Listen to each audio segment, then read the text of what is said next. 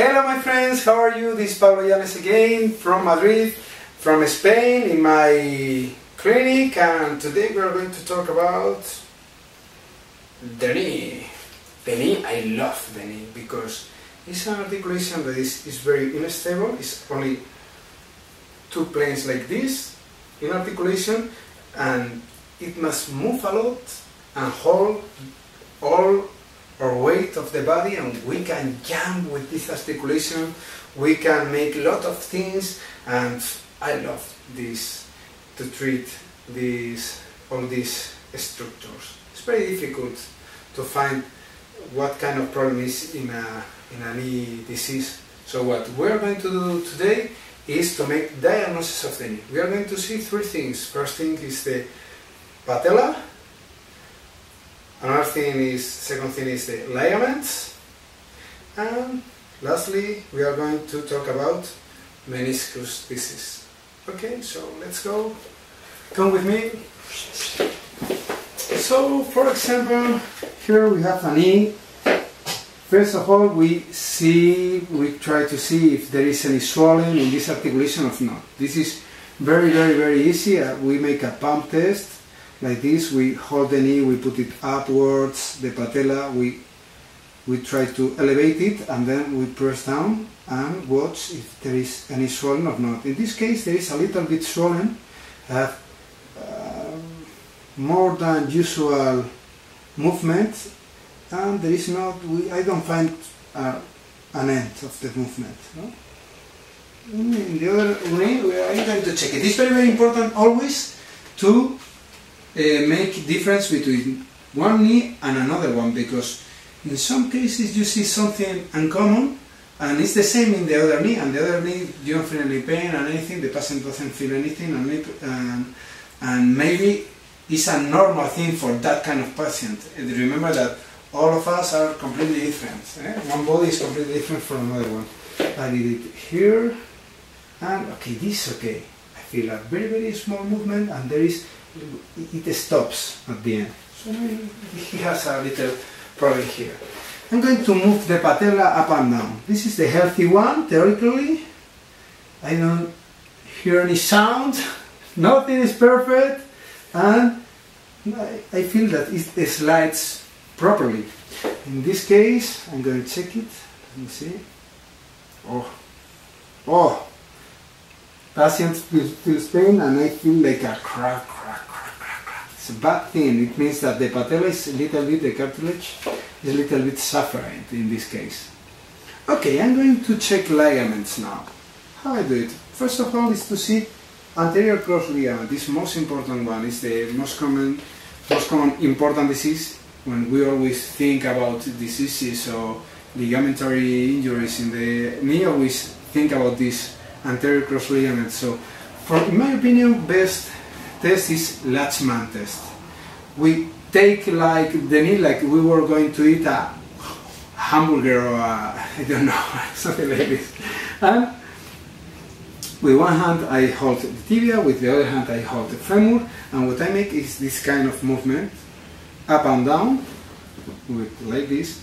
This is a lot of movement. It stops at the end, but there is a lot. The normal thing is only like this, a little bit of movement with one stop at the end. Only one stop at the end. Like this. Like this, okay.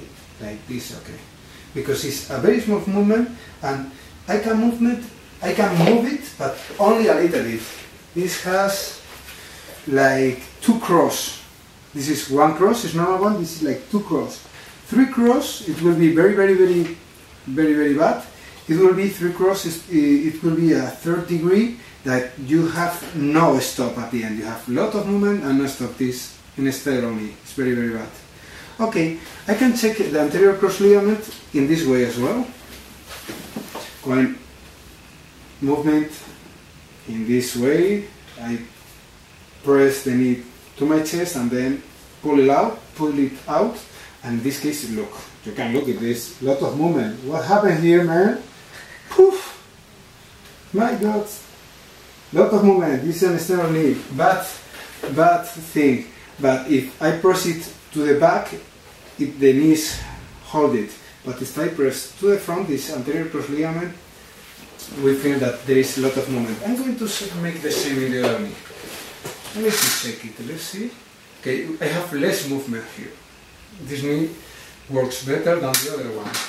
Then we'll try to check the lateral ligaments. I like this position because, come closer a little bit, thank you very much, because I make that I can work with the knee very, very well only putting my hands like this, like it was a boat.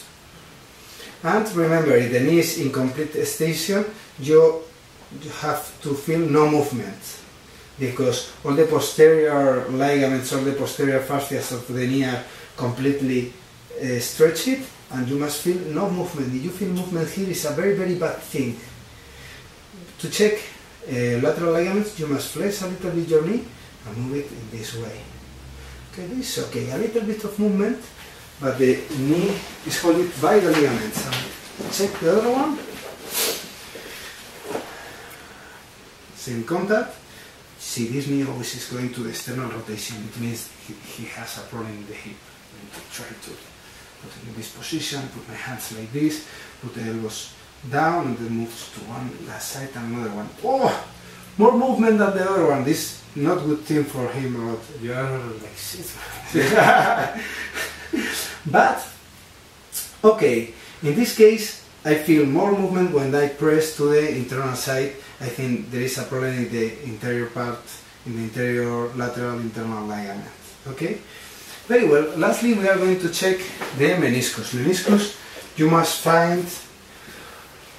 must look for 4 things to make a good diagnosis. First, palpation. If you feel pain or not. Feel pain, it's a bad thing. If you feel that it sounds like crick, it's a bad thing too. Then, if the knee is like blocked, like fixed in one position, and the patient is not able to move it in a good ways, and he feels pain always when he flexes the knee in the same point, it's a bad thing too. When it blocks, when it's completely locked. Another thing is the swollen. If I feel swollen is only if I have cartilage problem or I have a meniscus problem. And last thing is the meniscus test. For example, I make McMurray test. McMurray test is, for example, for internal meniscus. Remember that the meniscus always used to suffer in the posterior part of the meniscus, like this, because when you make a flexion, you press with your femur, you press with your femur condyle, you are pressing the posterior part of the tibia and the meniscus, and always suffer in the posterior part. It's the normal thing. 19% is in the cases of the meniscal problem is like this. Most of them in the internal meniscus. To check it, I make varus. I make flexion of the knee. Sometimes to check it posterior part of the meniscus, I make like this, a full flexion. And so if you have problem in the posterior part, it pains. The patient feels pains. So what I do is flexion, external rotation of the tibia and varus, and I compress this meniscus in this area. I touch the meniscus and I look for pain. I look for sounds in the knee. There's no sounds, no pain. It's perfect. I make the same in the external side. In this case it's valgus. In this case, oh! My goodness. In this case is internal rotation of the tibia, and the same, valgus, internal rotation and maximum flexion. And I feel like pain and sound. This external meniscus is not in a good, in a healthy way. It's not. You must treat it. You must strengthen your muscle to improve your knee. Okay? And that's all. And wait a minute. My paper. Please visit my Facebook. This is Pablo Holystic Facebook. You will find there all my videos, all my things, my adventures in Africa, and so on. Hope to see you soon. Bye bye.